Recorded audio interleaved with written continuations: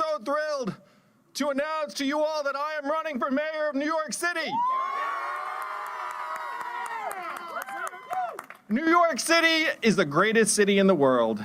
And ordinarily, when someone says something like that, it's like a political talking point. But in this case, it is a fact. Am I right? Yeah! And it is this great city that I have had the privilege of calling home for the last 25 years. I arrived here, I was just showing someone the building that I lived in when I first moved into the city in 1996, fresh out of college, on 118th in Amsterdam, not that far from where we are right now. And I remember when I moved here, I felt like I was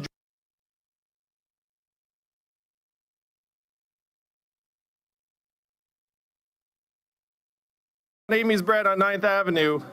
You ordinarily have to have that first date before you end up a parent. But the kids were born a few blocks north at St. Luke's Roosevelt Hospital, one of them during Hurricane Sandy. You all remember Hurricane Sandy. There were refugees from other hospitals that night because other hospitals were losing power while St. Luke stayed open. I worked with friends and colleagues for years to create startups right here in New York. I was fortunate enough to build and lead one of the top education companies in the country. That is the kind of thing that New York City makes possible.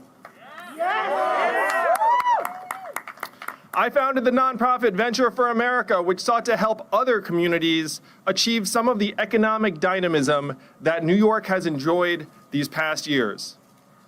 And most recently, I launched a presidential campaign that not too many people were calling for before it happened, but turned into a movement with millions of Americans rallying around universal basic income and a new economy that works for us, the people. That campaign, too, was made possible by the support I received right here in New York. That's right. So it is here in New York City that my passion for uplifting people, for wanting to move our country forward, got started. And now that we are facing this historic crisis, I am aiming to unleash and channel that energy for a human-centered economy right here in New York, my home. I'm running for mayor for a very simple reason. I see a crisis and believe that I can help. Over 25,000 New Yorkers and counting have died from COVID. 500,000 at least have been infected. Elmhurst and Brooklyn Hospital were early national symbols of how serious this pandemic was going to be for millions around the country. 1 million New Yorkers are out of work, with a city unemployment rate double the national average. Whole sectors of the economy shut down. Hotels, restaurants, bars, clubs, Broadway, museums, galleries, all closed. The fears for our future that caused me to run for president have accelerated since this pandemic started. And these numbers don't even reflect how much worse Black and brown New Yorkers have been hit by this virus and its economic impact. The inhumane economy that we have all been struggling to survive in has become more punishing during the pandemic. The problems of poverty and economic insecurity that we have faced for decades have now been strengthened and magnified. And New York City has become the front line for our nation's struggles. We need bold ideas and a fresh approach to revive our city. We need to look forward and adapt to the economic challenges of today and the future.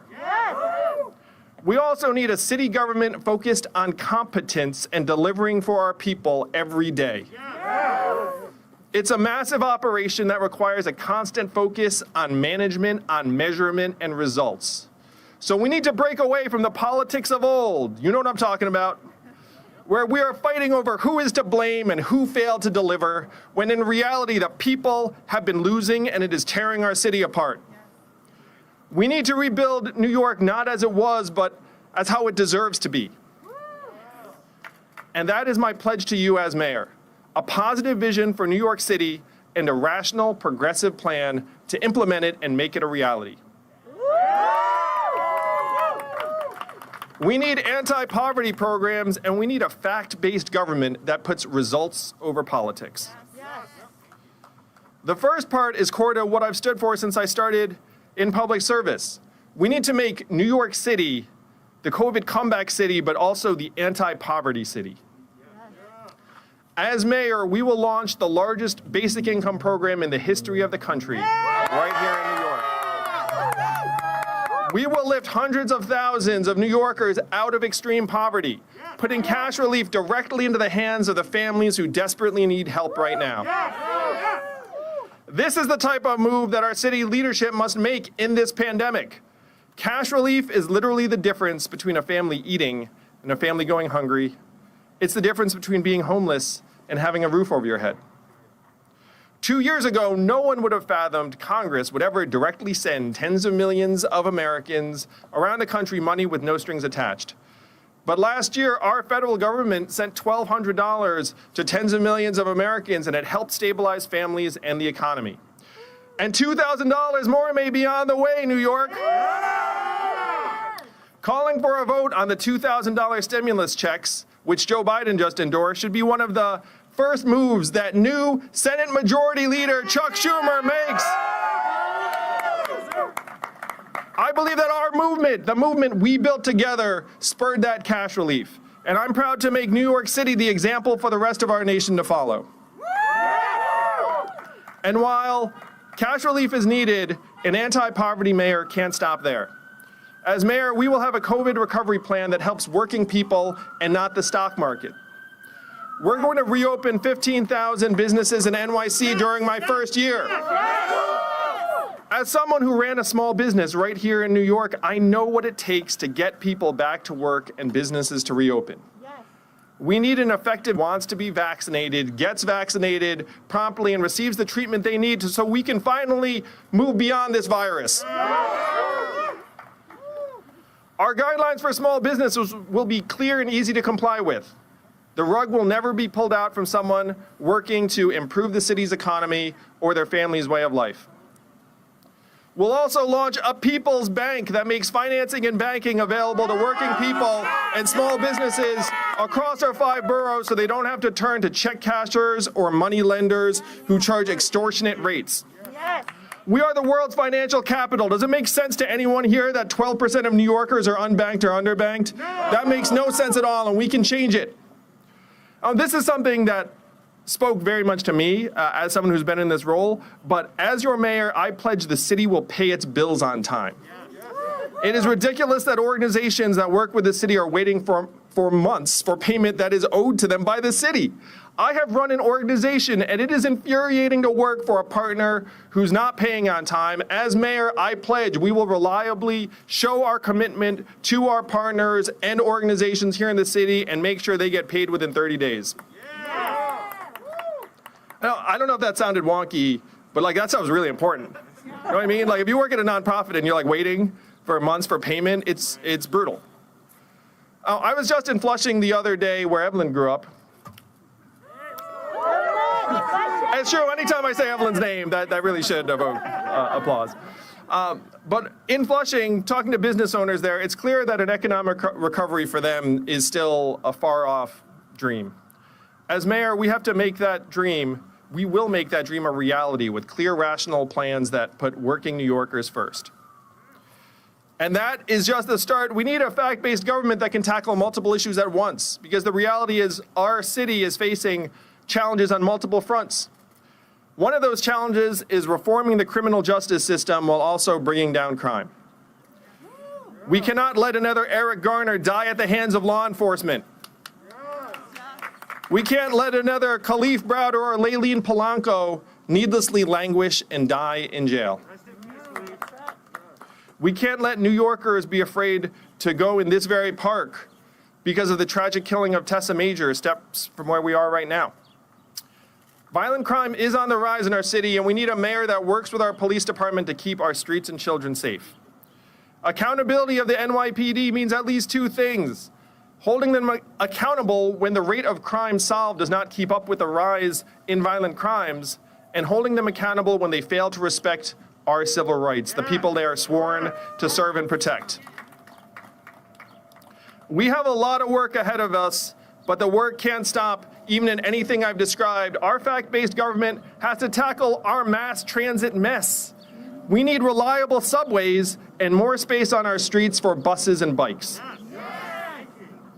As mayor, I will regularly get around the city by subway, bus, or bike because that's the way most New Yorkers get around, and that's how I've been getting around for 25 years. I will build bus rapid transit networks like the 14th Street busway in every borough. I will have a fully electric bus system by 2030. Andrew Yang's gonna mean electric buses. New York can move our people around in a way that's sustainable for our neighborhoods and our planet. Building this forward-thinking transit network will require municipal control of the city's subways and buses. As mayor, I will fight to get control of our subways and buses so we can control our own destiny. Corey Johnson has it right. The city needs to control its own fate, and you can't do that if you don't have control of the way people get around every single day.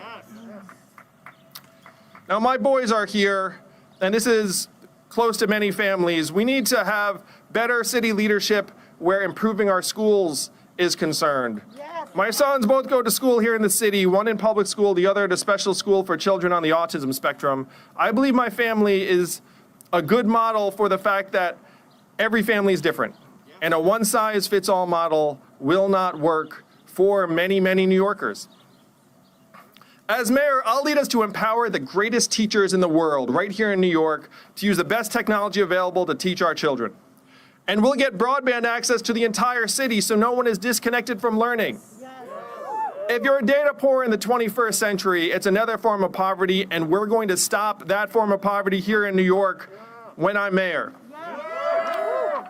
You know, I joke with folks, the only thing worse than online school is no school. That's a parent joke, I don't know. You know what I'm talking about. We have our work cut out for us. This city is overdue for bold and rational leadership that addresses homelessness, land use, public health, climate change, and more. But New Yorkers need to know that our leaders are working for us. We have to show Americans and immigrants alike that this is still the city of opportunity. Yeah! And we need to show tourists around the world why this is still the most fun and exciting place to visit on the planet. Under my leadership, New York City will have a strong voice in Washington, D.C.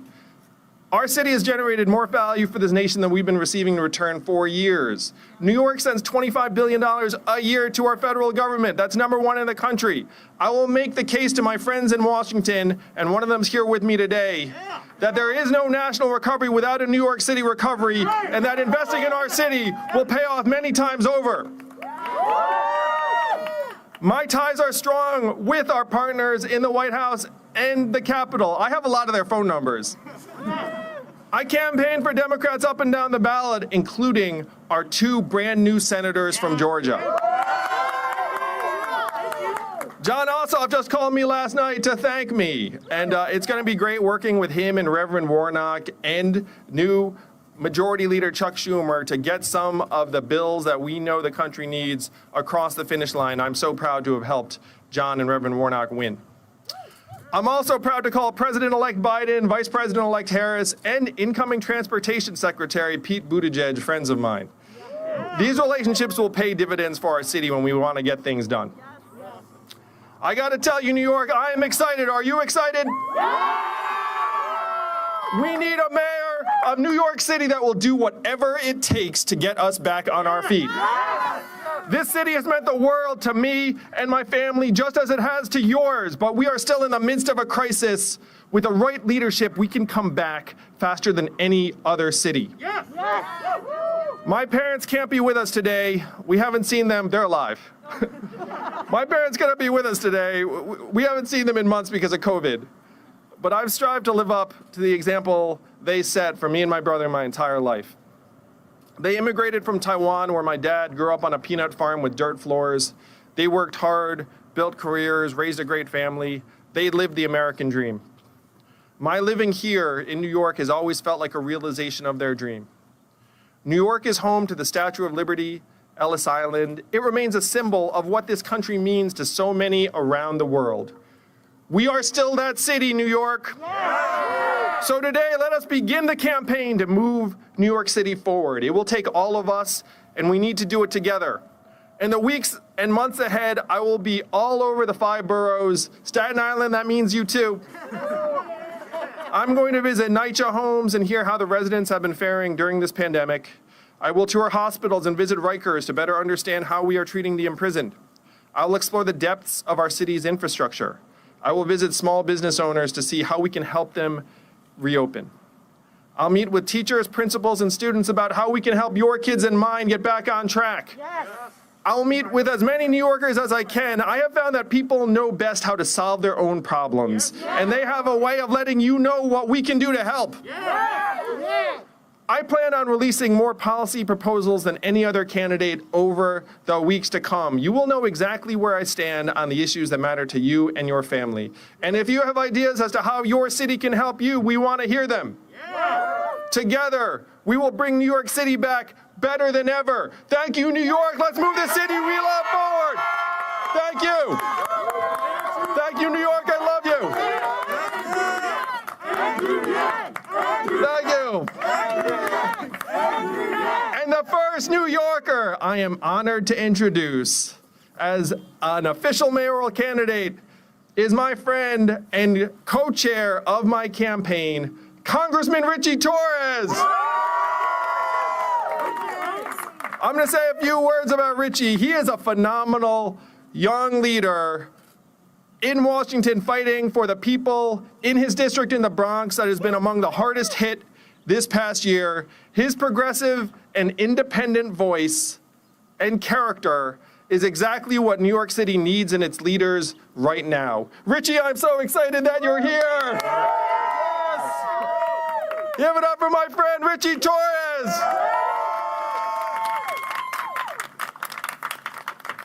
Good morning, Yang Gang.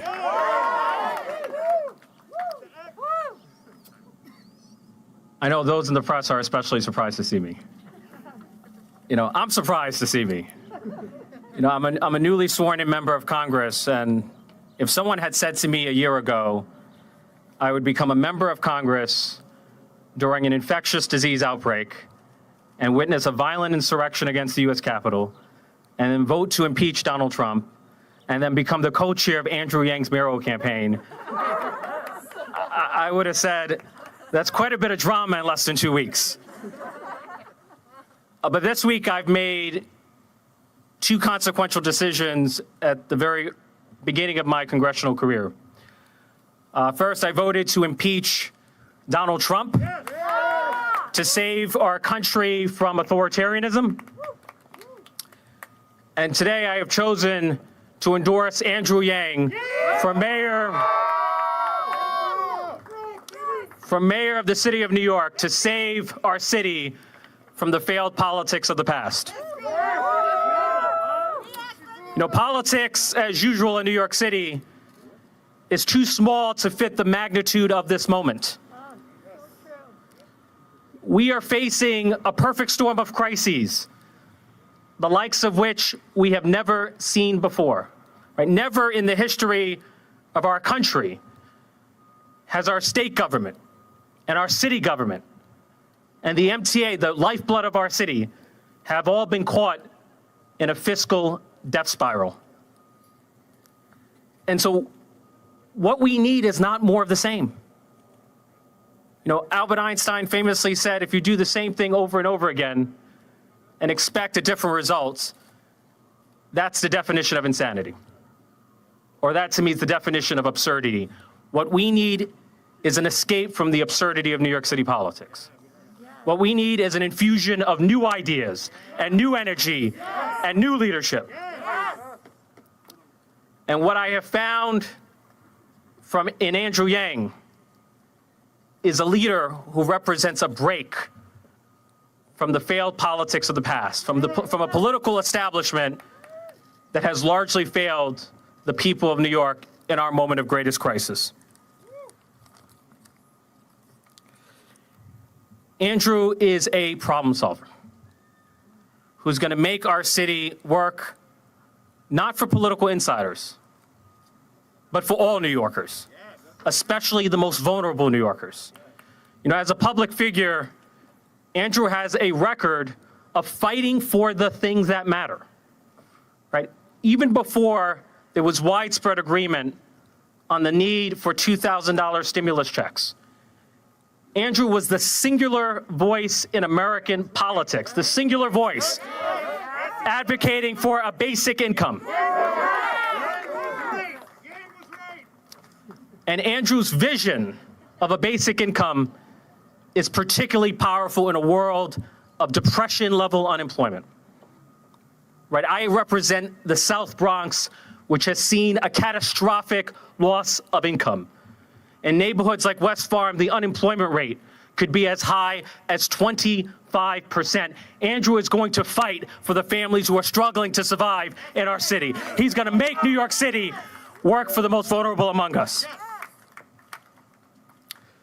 Now, we all know that Andrew's a true New Yorker.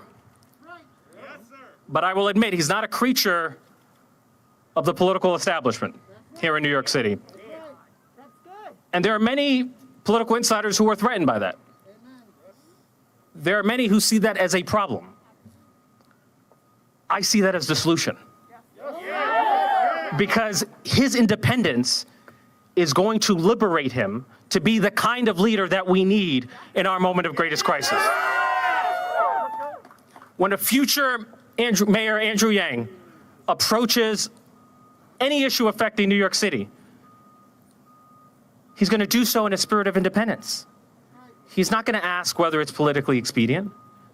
He's not going to ask whether it serves the interest of donors or political insiders. He's going to ask, is it the right thing to do? Is it good for New York? Is it good for New Yorkers?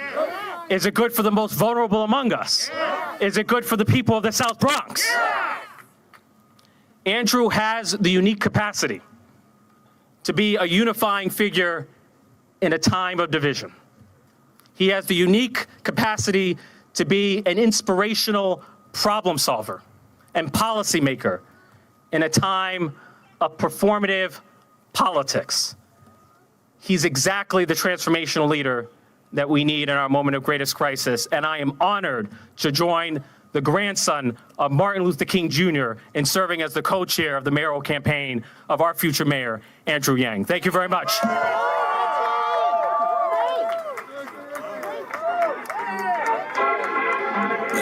Listen